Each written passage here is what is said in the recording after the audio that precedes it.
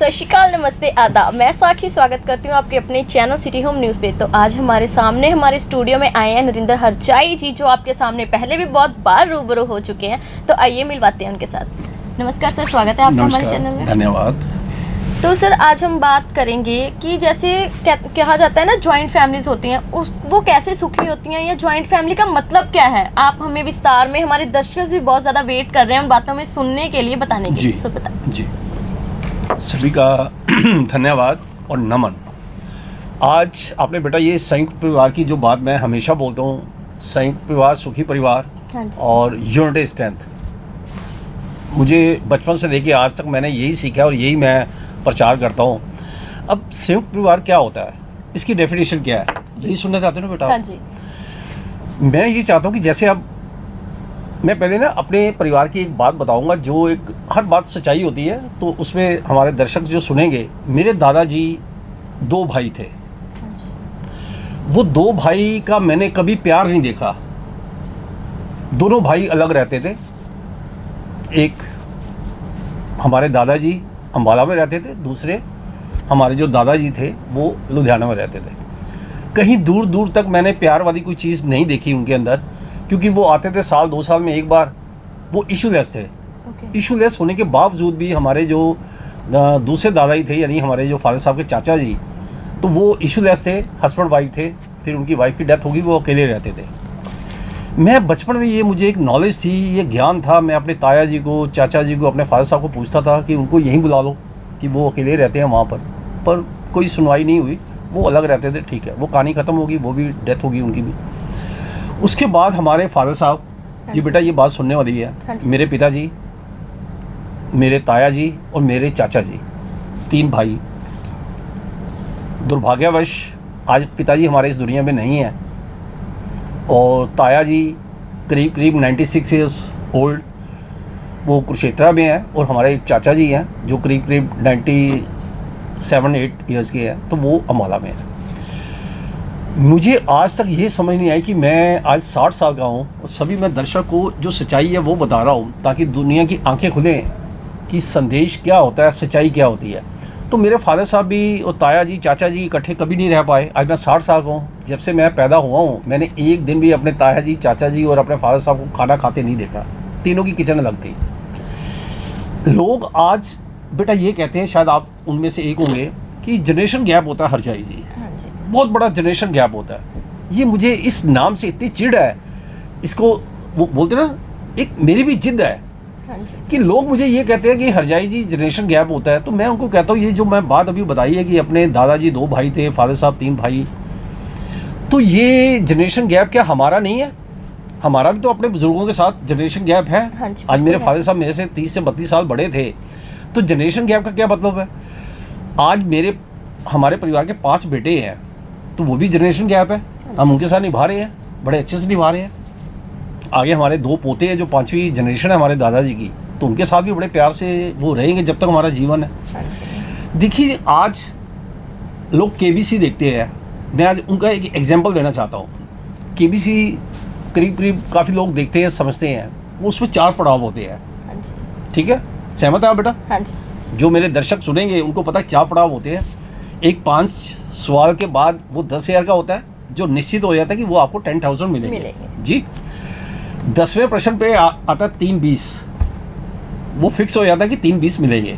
दूसरा पड़ाव हो गया। हाँ जी। तीसरा 15वें प्रश्न पर आता है कि वो 1 करोड़ का सवाल होता है, तो वो 1 करोड़ अगर आपने कर दिया तो वो सुनिश्चित हो जाता है कि वो आपको मिलेंगे। उसके बाद चौथा पड़ाव आता है 7 करोड़ का, जहाँ तक अभी तक कोई पहुँच नहीं पाया। ठीक है, अब देखिए, ये 4 पड़ाव पार करने के बाद इंसान देखता है, समझता है। टफ क्वेश्चन होते हैं। दुनिया का सबसे आसान काम जो नरेंद्र हरजाई कहते हैं कि परिवार की सुख शांति को कायम रखना, ये 7 करोड़ का नहीं है, ये 700 करोड़ का है। अगर आपने परिवार की सुख शांति और अपने फैमिली की यूनिटी को कायम किया, नरेंद्र हरजाई अपने भगवान को साक्षी मान के, श्री राम जी को साक्षी मान के कहते हैं, ये दुनिया का सबसे आसान काम है। जो माता पिता या जो बच्चे डराते हैं कि जनरेशन गैप है, आज मैं उनसे अपील करूंगा कि कुछ जनरेशन गैप नहीं होता। अपने दिल को समझाओ, अपनी सेल्फ ईगो ख़त्म करो, अहंकार को ख़त्म करो, दफन करो आप। और अपना जीवन अपने परिवार के साथ जियो। दुनिया का सबसे आसान काम है, जो कहता है परिवार चलाना मुश्किल है वो मेरे से कांटेक्ट करें, मैं उनको बताऊंगा 1 घंटे में कि परिवार दुनिया का, आप भी वो मेरी आवाज़ में बोलेगा कि दुनिया का सबसे आसान काम है। बिल्कुल सर। हम लोग डरते रहते हैं, हम लोग जीवन में आए क्या करने हैं, मुझे कोई बताएगा? मैं साधु संत महात्मा से बात करता हूँ कि आप मुझे महात्मा जी ये बताइए हम धरती पर करने क्या आए हैं। पर किसी ने ये नहीं कहा कि अपने जॉइंट फैमिली को कायम रखो या अपने फैमिली की सुख शांति को कायम रखो, ये किसी ने नहीं कहा। तो मैं ये सबसे आग्रह करूँगा, जो जीवन का सबसे आसान काम है वो लोगों को मुश्किल लगता है, और जो बड़े बड़े माउंट एवरेस्ट पर चढ़ना और जहाज़ों में सफ़र करना और आप एक मोबाइल से दुनिया के किसी भी जगह बात कर सकते हो, मैं तो ये हैरान हूँ कि जिन्होंने बनाया है, मैं तो उनको नमन करता हूँ वो साइंटिस्ट को। कितने बड़े बड़े परमाणु बम दुनिया को उड़ाने के लिए बना दिए हैं, लेकिन एक छोटा सा अपना मन आत्मा को वो कंट्रोल नहीं कर सकते। तो नरेंद्र हरजाई फिर नम्रता से ज़रूर कहेंगे कि हम धरती पर करने के आए हैं, कृपया मुझे बताओ। तो अगर बात की जाए, आजकल टॉपिक क्या होता है सभी का, मेरा पर्सनली टॉपिक है ये जी जी जी कि फैमिलीज तो कहते हैं कि हाँ हम जॉइंट फैमिली हैं, बट अगर मेरी बात ये है कि अगर जॉइंट फैमिली है तो एक ही गली में एक ही मोहल्ले में सभी रह रहे हैं, बट उनके घर अलग अलग क्यों है? देखिए ये अनपढ़ता है इसमें। जो देखिए एजुकेशन क्या है, मैं तो हमेशा बोलता रहूँगा कि नरेंद्र जी 8वीं पास 9 फेल है, ये हर टॉपिक में मेरे एक बात जरूर निकलती है और दिल से निकलती है। मुझे गर्व है बेटा कि मैं अनपढ़ आदमी हूँ और मैं पढ़े लिखों को समझाता हूँ, वो मेरी सुनते हैं, PhD वाले मेरी बात सुनते हैं, ये मुझे गर्व है, भगवान का आशीर्वाद है।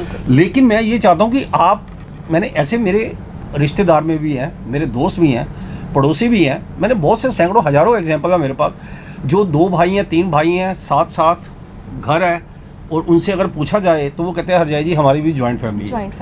मैं कहता हूँ अच्छी बात है जी, जॉइंट फैमिली है, बहुत अच्छा सवाल किया आपने, अच्छी बात है, यूनिटी स्ट्रेंथ। तो क्या आपकी किचन एक है?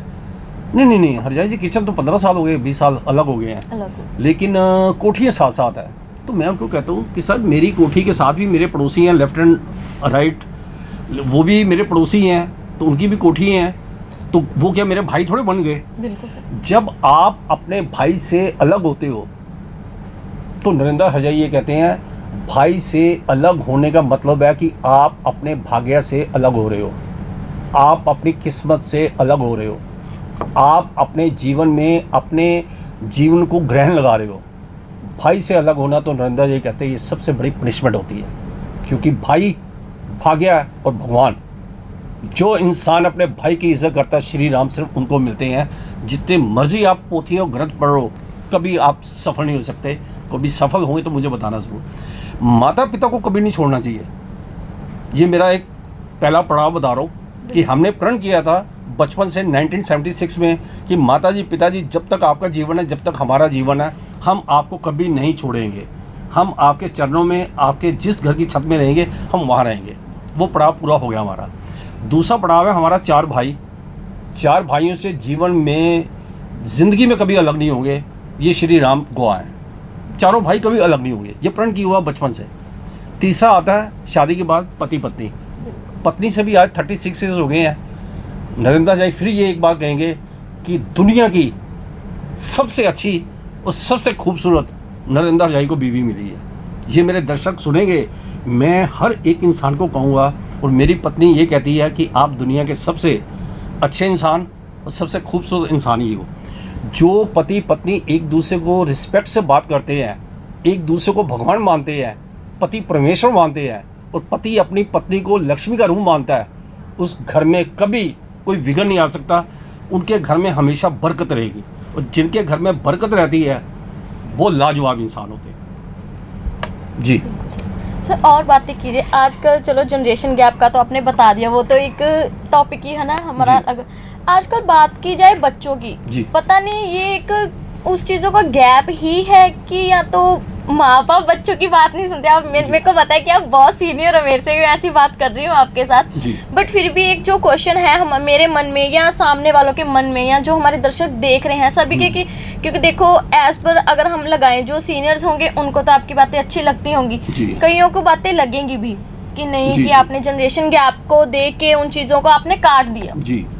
तो क्या ये बच्चे कई बार बात नहीं समझ पाते या पेरेंट्स बात नहीं समझ पाते कि जो उनके मन की बात नहीं, क्योंकि आजकल के बच्चों को देखा जाता है सर, वो कहते हैं कि वो सेंसिस से बातें करते हैं, कि ये सेंसिस है या सिर्फ ये बातों को एक चिड़चिड़ापन है जो समझ नहीं पाते हैं। जी हाँ जी। अब बेटा मैं ये बताऊं और आप भी गौर से सुनना, दर्शक तो मेरी बातें गौर से सुनते ही हैं। हाँ जी।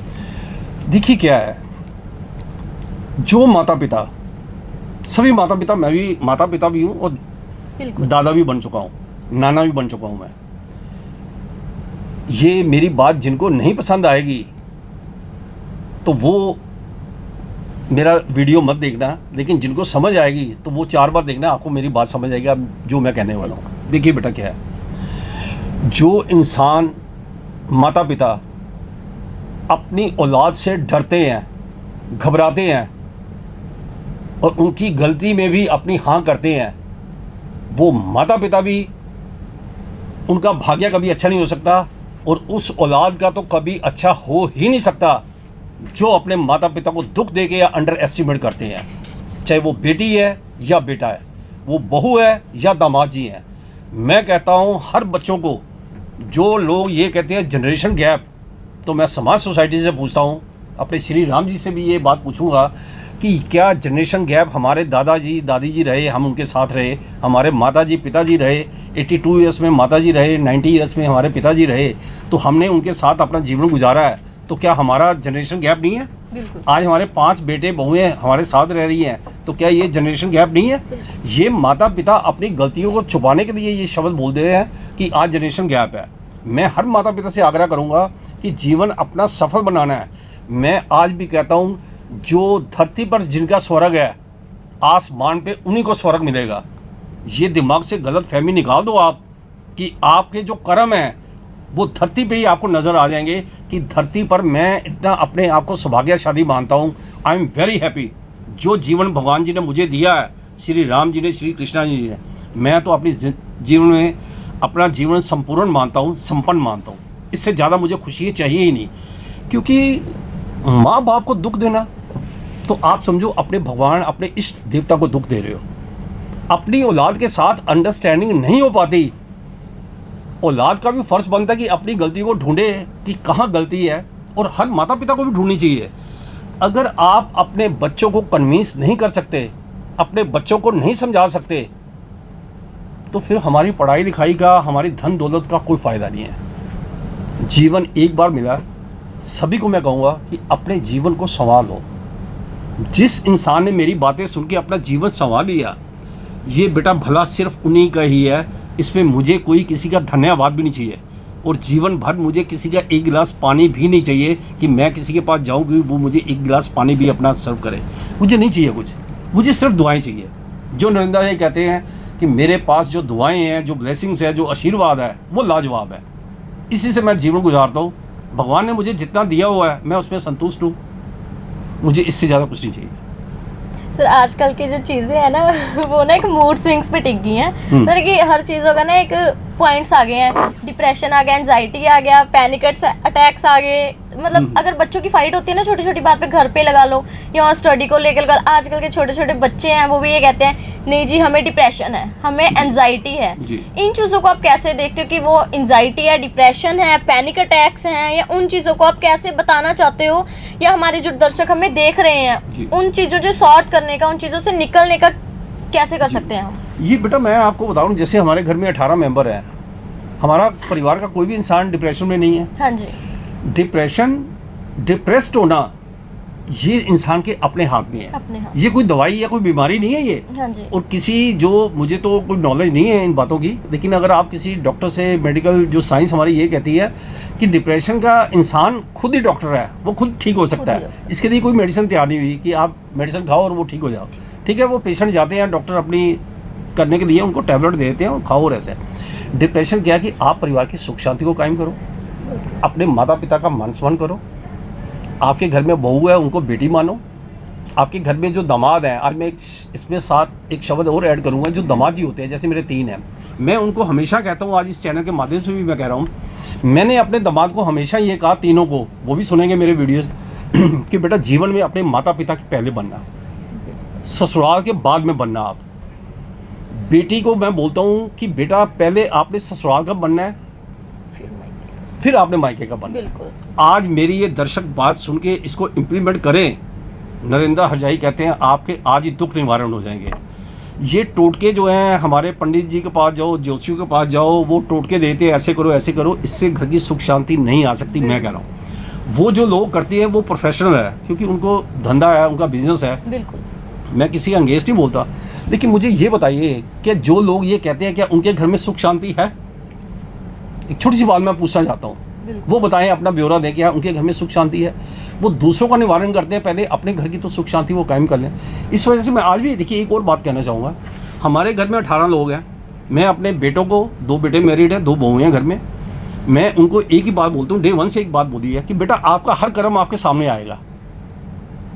बेटों को कहता हूँ कि पहले आपने हमारा बनना है, सेकंड पे आपने ससुराल का बनना है, तीसरे फिर सारी जो दुनिया है वो सारी इक्वल होती है, उसमें कोई नहीं है। हर बेटे को, हर बेटी को कहूँगा कि आप अपने मायके की और ससुराल का इज्जत का ख्याल रखो, फिर जहाँ आप खड़े होंगे लाइन वहाँ से शुरू होगी। हम लोग माँ बाप अपनी खामी कमी को छुपाने के लिए कहते हैं जनरेशन गैप है। क्या उस औलाद को ये समझ नहीं आती कि जब आपके बच्चे बड़े होंगे तो जनरेशन गैप होगा, तो क्या आप इसी तरीके से चलेंगे? आप अगर अपने माता पिता की इज्जत करेंगे, हर बहू अपने सास ससुर की इज्जत करेगी, तभी उनके बच्चे करेंगे। और आज मुझे दुख से एक बात और कहनी पड़ रही है। मैं फैमिलीज़ में जाता हूँ, मैंने आज भी देखा है लोग मुझसे अपना दुख शेयर करते हैं। वो कहते हैं जी हमारा बेटा तो थोड़ा सा अच्छा है, लेकिन बहू अपने बच्चों को साइड पे करेगी कि दादा दादी के रूम में नहीं जाना, उनको विश नहीं करनी। मैं ऐसी बेटियों को एक बात कहूँगा कि भगवान से डरो। आप अगर अपने सास और ससुर का अपने बच्चों से मान सम्मान नहीं कराएंगे, मैं दावे से कह सकता हूँ वो बच्चे जब बड़े होंगे, 12 साल, 15 साल, 18 साल, 20 साल की उम्र में आएंगे, तो वो अपने माता पिता की कभी इज्जत नहीं कर सकते, क्योंकि उनको ये पता होगा कि मेरी माँ ने या मेरे बाप ने मेरे दादा दादी के लिए अंगेज बोला या उनकी इज्जत नहीं की। तो मैं सभी से आग्रह करूँगा, अपने जीवन को नरक मत बनाओ।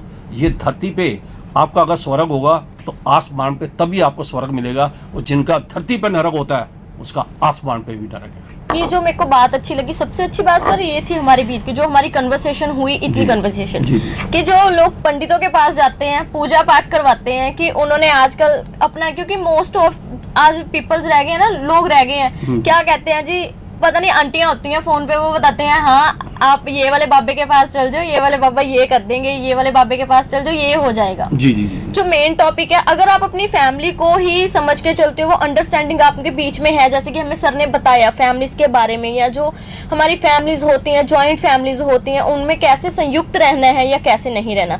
बाकी आप हमें कमेंट करके जरूर बताना कि आपको हमारी बातें कैसी लगी, और हमारे चैनल के साथ ऐसे ही जुड़े रहें। धन्यवाद। Thank you sir. सभी का धन्यवाद।